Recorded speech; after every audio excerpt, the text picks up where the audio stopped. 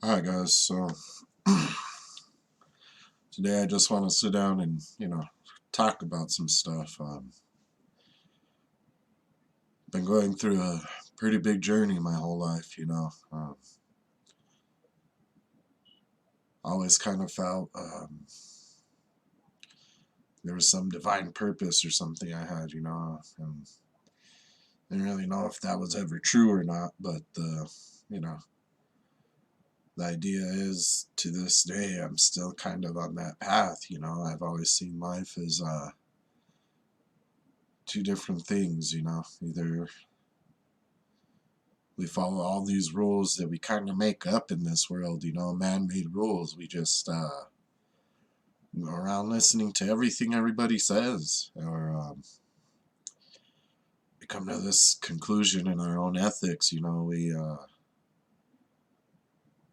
end up thinking for ourselves and ultimately deciding what's right and wrong. But anyways, I've been studying a lot, and I got into this thing called the Hermetics, which is some interesting stuff. The Hermetics, it comes from Hermes, which was the messenger god. Uh, the Romans called him Mercury. The Greeks were kind of worshiping Mercury with all that alchemy stuff, but which is pretty good place to start off, actually. So alchemy, if you ever heard of it, most people think it's about turning lead to gold. Well, maybe some people were doing that. I can't say that, but what I could tell you is that the whole lead to gold thing is more about your soul. They would say your lead is like Saturn. You are of Satan in the material world. And your goal is to get to the sun, which is kind of how the Christians and a lot of religions have viewed it. The Egyptians worship the sun. They just had a lot of different names for it. But anyways, I'm not going to get into all that. So with that being said, there's two forms of alchemy. That one where people were cooking mercury, mixing all kinds of stuff, sulfur, salt, and really trying to make what was called the sorcerer's stone, the philosopher's stone, the stone that would grant you fierce magic. But I think a lot of that's just crazy talk. When you read a lot of this stuff, it's more about mystery. They hide stuff. They want only the wise that seek it to find it. And it's kind of how I think even the Bible is. But anyway, going back to Hermes, anyways, the god of Mercury. He was the thrice-born, whatever that means. He was born three times in this world.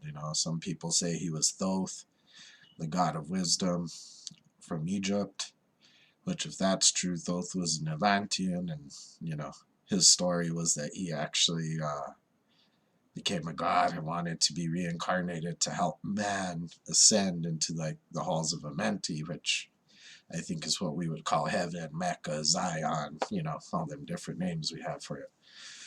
Uh, but anyways, in the Hermetics, there's seven principles they really follow. There's seven that are the most important anyway. And the first one of these is probably the most important. I mean, don't hate me on my English, but it's a great deal, the first principle.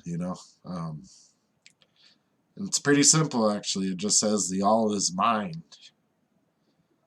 They're this philosophy, they're trying to explain God with logic, nothing else. And when you think of it, the all is mind, well, the creator probably is like a brain, right? It's pretty intuitive. It must have some kind of thought process to how all these systems work, in the grand scheme of things. It's like some big brain just shooting neurons and energy, and here we all are in some beautiful mystical way. I don't know why people even use the word reality anymore, but anyway, So they say the all is mind, and they start talking about how the all is the container of everything. So what they mean by that is they start saying nothing can exist outside of the all, right? If the all's the container that holds everything in it, including us, I mean, it makes sense that there's nothing outside of it. Now, they also say the all's unchangeable,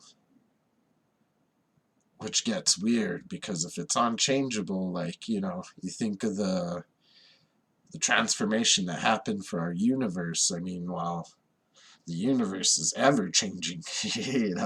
Right now, you guys see me in this camera and I appear solid.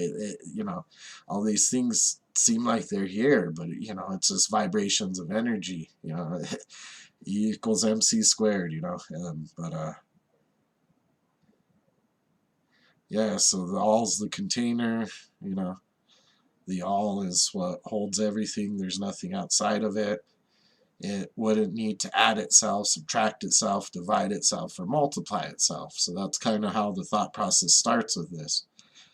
So they go on to start saying, well, then how does the all create things? Well, they kind of introduce the second principle, the correspondence. Most of you might have heard this if you stumbled here. If you haven't, it's as above, so below.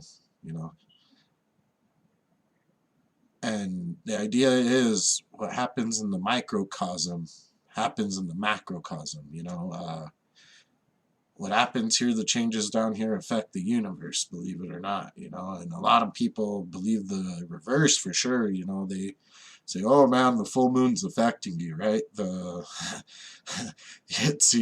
sun's in Aquarius or whatever. It's these gravity fields just messing you up, man. But so we definitely believe the up there affects down here, right? But it becomes a little weird when you start saying, well, tiny little me can affect all these stars and stuff. Maybe, I'm not saying that you can. I'm not saying that you can't. It's up to you to believe what you truly believe. But so the all can be subtracted, divided, multiplied. So it starts talking about to understand up there, maybe we can look at down here and basically get an idea of what's happening up there, right? So the idea is, we start thinking, how do humans create? Well, we create in a couple ways, don't we? I think the first way we create is like with houses and all these stuff. We get materials outside of ourselves to build. We build houses, fences, right? It's almost like a video game of Minecraft. But we really do that stuff. We need the resources to go and build something in the world. But that's where they start talking about logically nothing can exist outside of the all. So why would the all need something to create something, right? We're talking about this infinite energy source. So it's like, yeah, if that doesn't click with you, I don't know. It clicks with me. So the next part, we start thinking, well, how do we create without things outside of ourselves? Well, we reproduce. I mean, essentially we have babies, right? So then we start thinking, well, can God have babies, right? Is there a way for God to produce? Which I'm not sure if God has a gender, but it just doesn't make sense that it would multiply or divide itself. There's some kind of weird logic there that I start to understand. It's an infinite energy that can't be changed. First of all, yeah, I mean, they even say that it can't be changed. So if it can't change itself, I mean, reproduction and stuff is just weird. But anyways, the third way we create is with our minds. We dream. We write down stories and plays and TV shows that most people just watch. But in the book I read, Divine Magic, I gotta find the author. I should have probably busted it out, but it talks about how Shakespeare made Hamlet, but for now I'm going to talk about Stan Lee and Spider-Man because I think people might understand that a little bit more. So Stan Lee was the guy that created Spider-Man, right? So, a lot of people want to say that they're God, which is, I find funny. I find very interesting. I'm not hating on you, man. You feel like you're God, feel like you are God. That is your choice. But for me, it's like it says in that book, that'd be like Spider-Man saying, I'm Stan Lee. Because Stan Lee has created this universe of Spider-Man, right? I mean, these people have emotions and characters, and, you think of the depth of the thought of it, we take it for granted. But, yeah, that universe we create with our mind. Well, more than likely, they all created this place with its mind. There's some kind of mental alchemy, which is why we have a lot of abilities with our mind, the quantum physics. I don't really know what they call it, but that wave particle, the slit test, that's what they call it. If you have time, go on YouTube, the slit test with the electrons. That whole phantom electron thing, it just blows my mind. It's, reality needs us, basically, to perceive it. It's proven mathematically, it's what the ancients told us. It's, I don't know, the all is mind. So, just a little thought for today, the all is mind. We create things with our mind in this reality, so you got to be careful of your thoughts.